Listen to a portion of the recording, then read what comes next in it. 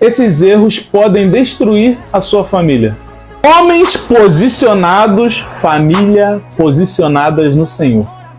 Esses dias eu tenho pensado em algumas coisas relacionadas à família, mas algo que eu tenho refletido é que os homens são posicionados, são os sacerdotes desse tempo, mas muitos dos homens falam que é o sacerdote, mas não se posicionam como o sacerdote.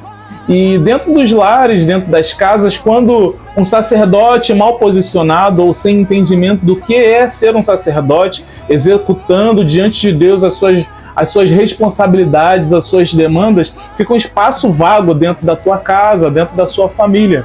E isso tem me preocupado nesses últimos dias, de homens que são os sacerdotes nesse tempo, mas não têm um entendimento do que é ser um verdadeiro sacerdote.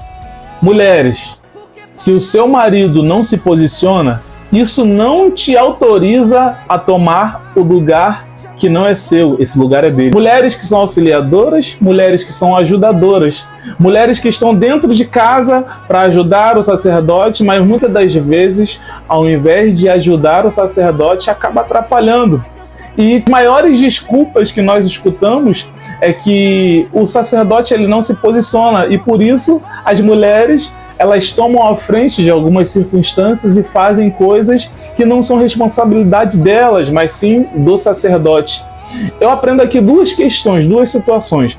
Homens que não estão posicionados como sacerdotes estão se movimentando, vagueando, sem entendimento do que é um sacerdote dentro de casa. Isso gera uma grande lacuna, um grande problema dentro das famílias, ao qual a família vai ficar girando e não vai sair do lugar. Em contrapartida, mulheres, que são as auxiliadoras, que deveriam somar, contribuir com a sua casa, com o seu marido, com o sacerdote, colocando ele, posicionando ele no lugar dele, mas muitas das vezes elas usam a desculpa de já que se ele não faz, eu mesmo vou ter que fazer.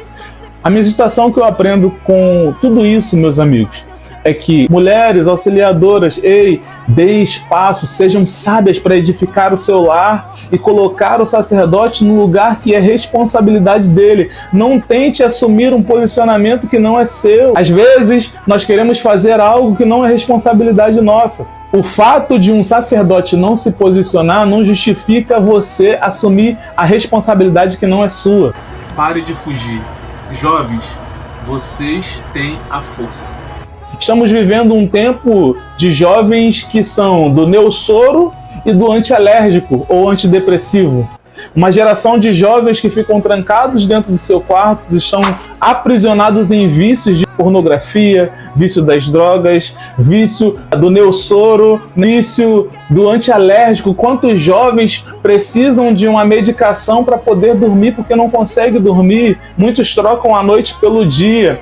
O que está acontecendo com a juventude de hoje que está invertendo todos esses processos? Mas eu quero enfatizar, você homem, você mulher, responsável pelo seu lar, responsável pela sua família. É responsabilidade sua direcionar a sua casa, orientar os seus filhos. Não existe essa questão de que jovem tem a sua privacidade dentro da sua casa, o quarto é trancado, e você precisa ter acesso à vida do seu filho que é jovem. Você precisa ter acesso à sua filha que é jovem. Participe, se envolva, pergunte, oriente. É uma responsabilidade sua, sacerdote. É uma responsabilidade sua, auxiliadora. É tempo de nos posicionarmos, é tempo de estarmos no concílio de Deus ouvindo os direcionamentos para dentro da nossa casa. Adolescentes estão participantes de diversas crises. É engraçado que hoje a maior falácia dos adolescentes é que estão entediados. Adolescentes que vivem trancados em seu quarto, muitas das vezes beirando depressão, beirando diversas crises. E hoje nós temos nome para diversas crises que os adolescentes estão vivendo nesse tempo. E isso me preocupa. Me preocupa porque é uma responsabilidade nossa. Como líderes da nossa casa, a gente precisa estar atento diante daquilo que o inferno tem tentado contra os nossos filhos, contra os nossos adolescentes. Adolescentes que hoje em dia estão vivendo em relacionamento de homossexualismo e diversos outros relacionamentos ao qual deveria ser o tempo deles estudarem, deles buscarem outras coisas no reino de Deus, profissionalmente. diversas coisas que os adolescentes deveriam estar como prioridade, mas adolescentes estão aprisionados nos jogos, estão aprisionados nos vícios da internet, diversas outras coisas que têm me preocupado.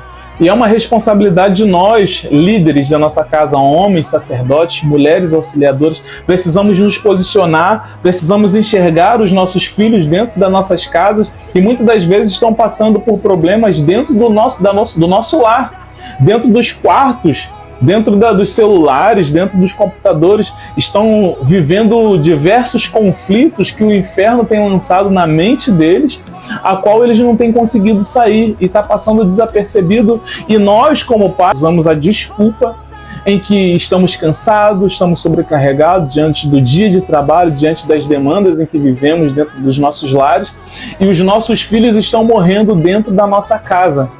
Você não precisa esperar passar um tempo para você chamar o seu filho, para você observar o seu filho e dar uma boa orientação. E a orientação, ela vem da parte de Deus, que Deus tem o melhor para nós. Ele tem planos de paz e não de mal.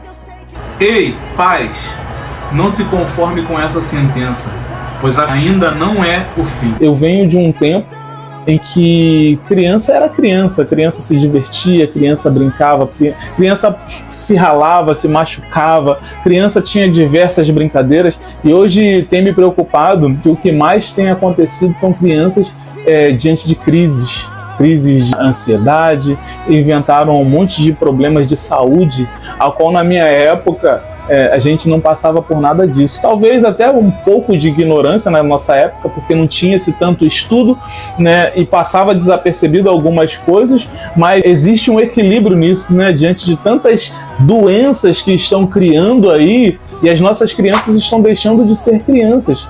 Crianças que estão com diversas crises psicológicas, onde as crianças estão cheias de vontade, os pais deixam eles fazer o que quer.